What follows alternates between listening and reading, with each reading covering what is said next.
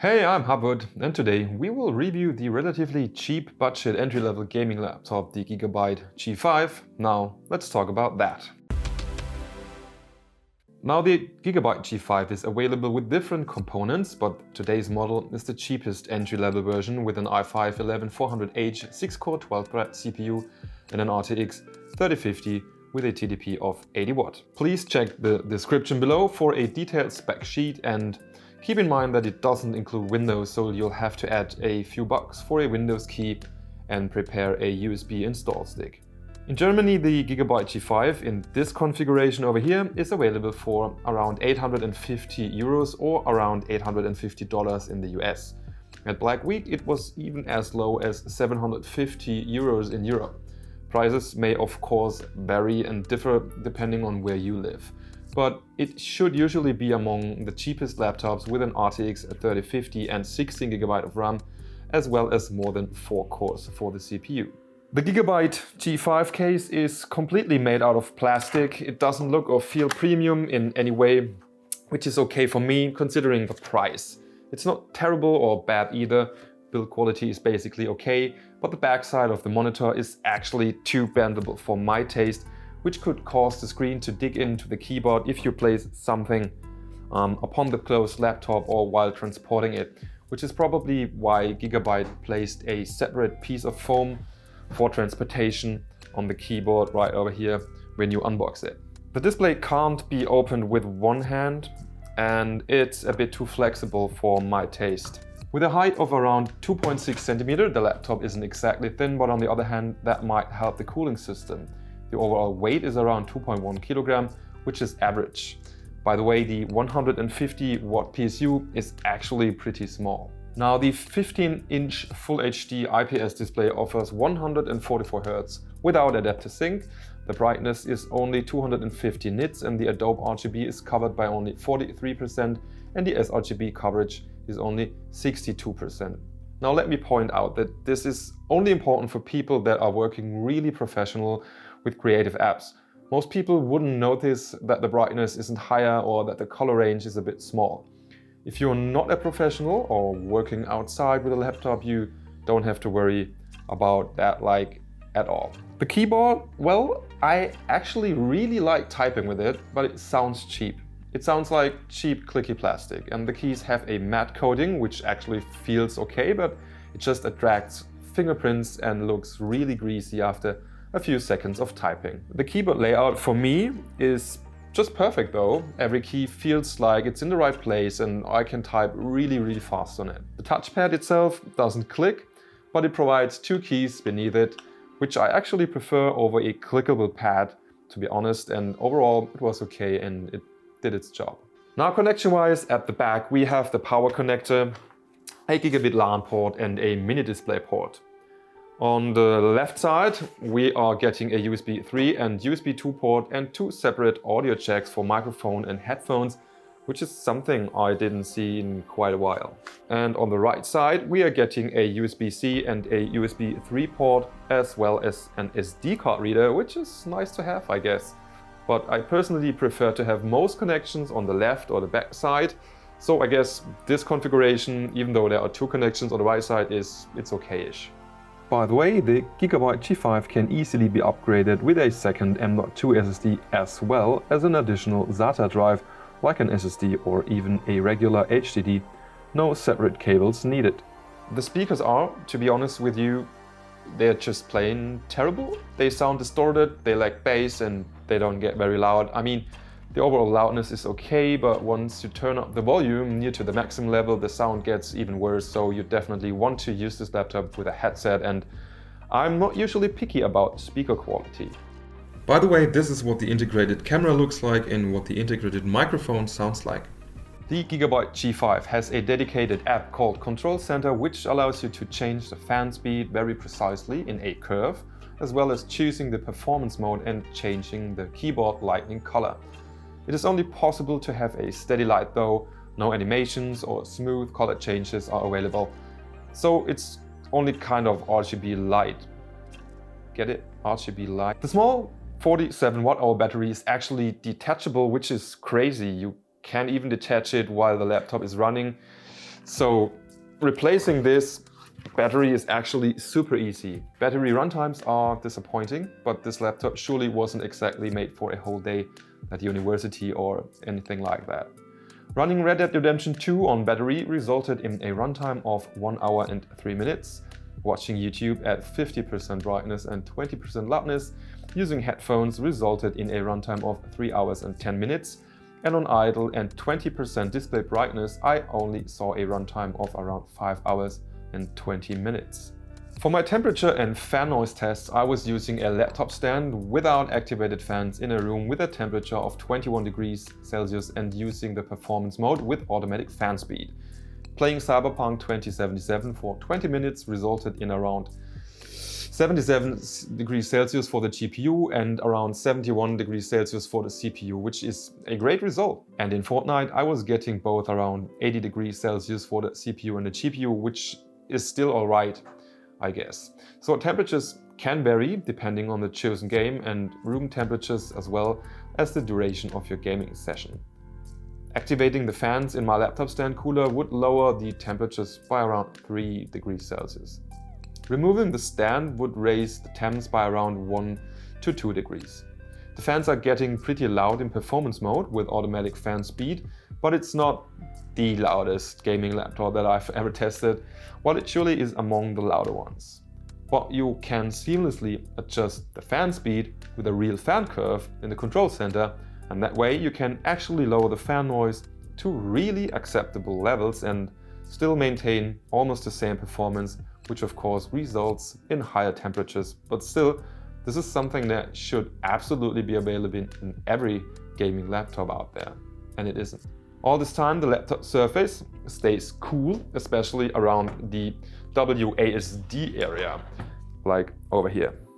There was no severe thermal throttling for both the CPU and the GPU when gaming, but CPU throttling only happened when using Cinebench. By the way, using the lower performance modes can also lower the fan speed, but at the same time have an impact on the performance. Silent mode is actually really silent, but severely throttles the CPU. Unfortunately, the laptop has a severe issue when using newer BIOS versions, resulting in a massive performance drop in games.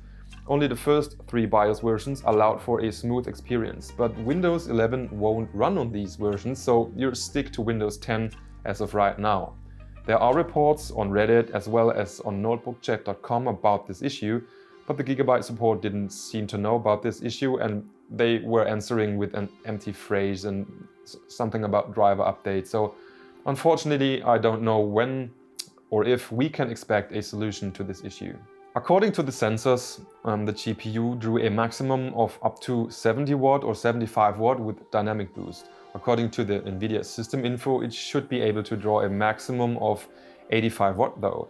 Considering the total wattage of the laptop is 150 watt on the load, I'm assuming that the sensors aren't working correctly and the GPU is actually drawing around 80 watt, as the results are almost identical with other 80 watt RTX 3050s. The Gigabyte G5 does not have a mux switch unfortunately, but undervolting and/or overclocking are possible at least, and I will post my undervolting and overclocking values in the description, but be aware that those can be unstable for your laptop, even though I was being conservative about them.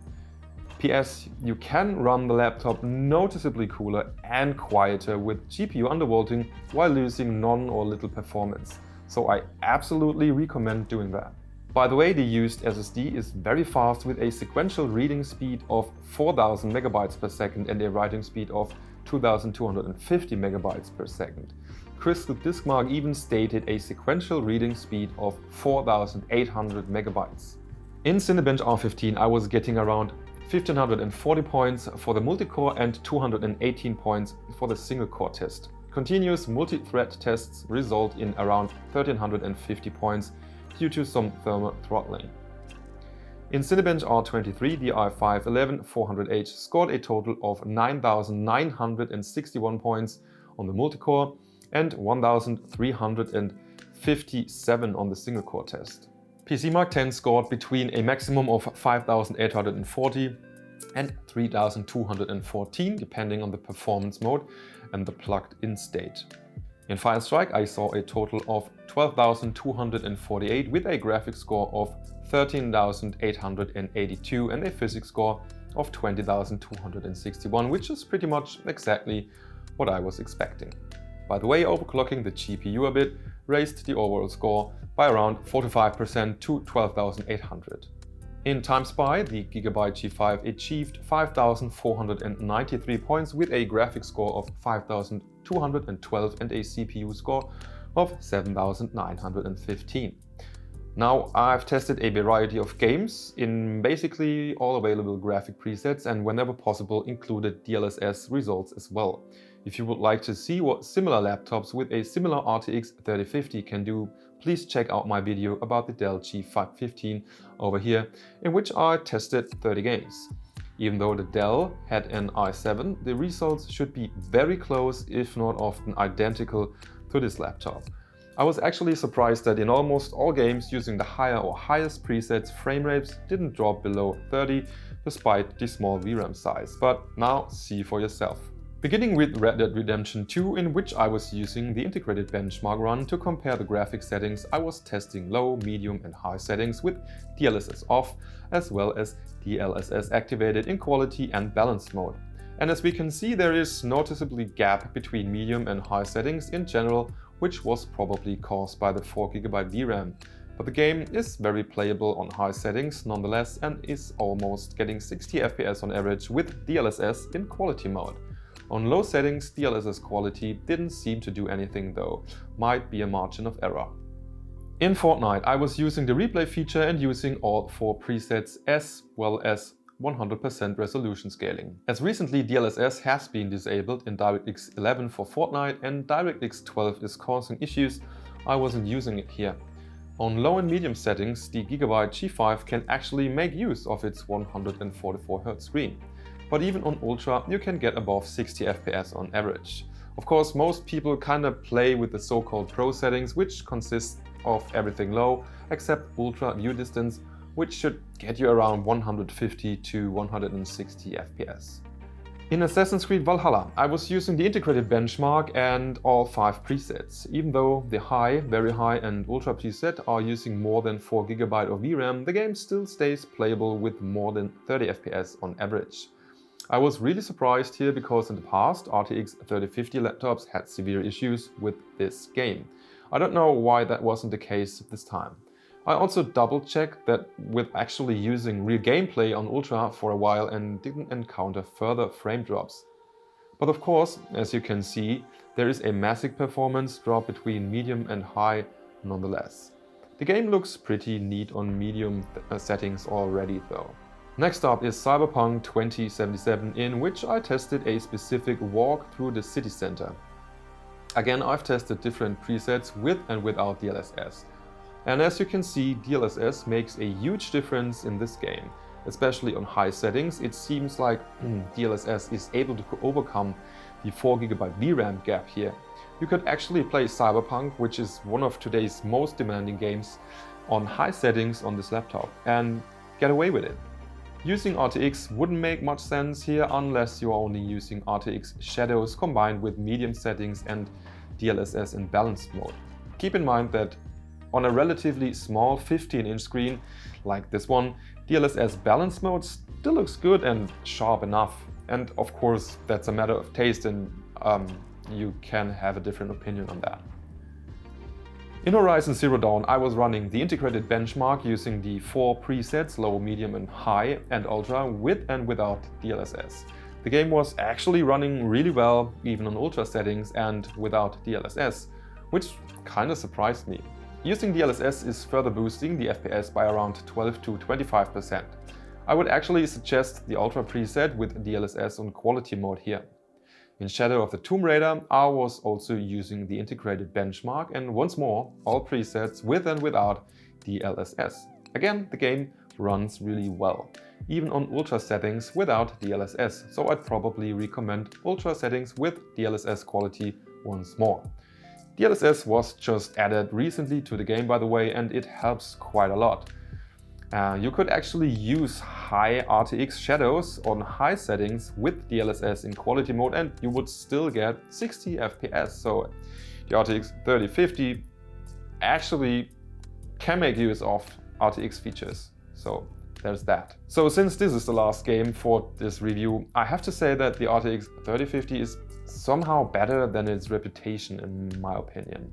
Now as a conclusion, I would state that this is a real entry-level gaming notebook or a good budget solution for hobby video editors and 3D artists thanks to the fast components. The gaming performance is pretty good if you keep in mind that you're limited by only 4 GB of VRAM, but you can make use of DLSS in supported games. Right now you can play every available game in absolutely sufficient ways in my opinion, and esports titles can actually make use of the 144Hz display, and even AAA titles can be displayed at around 60 FPS on medium or even higher settings. Be aware that this is not anywhere close to a premium laptop. It has flaws which clearly help to keep the price low, but if you don't need much mobility, battery times and a professional display or the speakers, then you can actually get a somewhat decent gaming experience for quite a bit under $1,000. CPU and RAM wise, you'll be good for a few more years, but take in mind that the 4 GB VRAM might soon cause problems in newer AAA titles. If you can afford around $200 more, you should definitely consider the RTX 3060 version instead, because the performance will increase by around 30 to 50% for only 25% more money. If your budget is really tight but you want to get the maximum out of it in terms of FPS per money, the Gigabyte G5 is a good option, at least in this price range. I will now post a pro and con screen for a few seconds, so feel free to pause the video to check it out in detail. Okay, so that's all for today. If you enjoyed the content, please make sure to subscribe to the channel. Thanks for watching. See you next time. Take care. Bye bye and cheers.